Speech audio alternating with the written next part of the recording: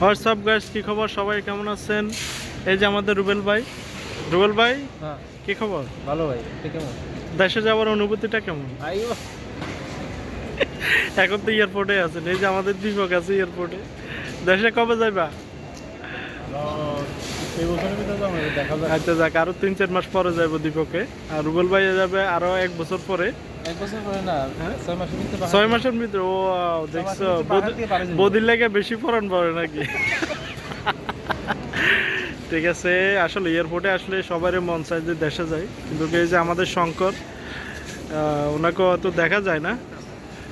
উনি সিরিয়ালে দাঁড়ায় রয়েছে। এটা হচ্ছে বাহরাইন ইন্টারন্যাশনাল এয়ারপোর্ট। ওই সাইডে হচ্ছে গালফ এয়ার, এই সাইডে ইত্তেহাদ এয়ার, সৌদি আরবের।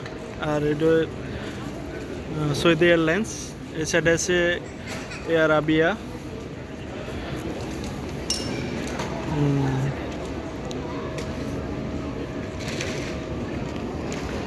তো সবাই ভালো থাকবেন, আশা করি আইডিটা ফলো দিয়ে রাখবেন।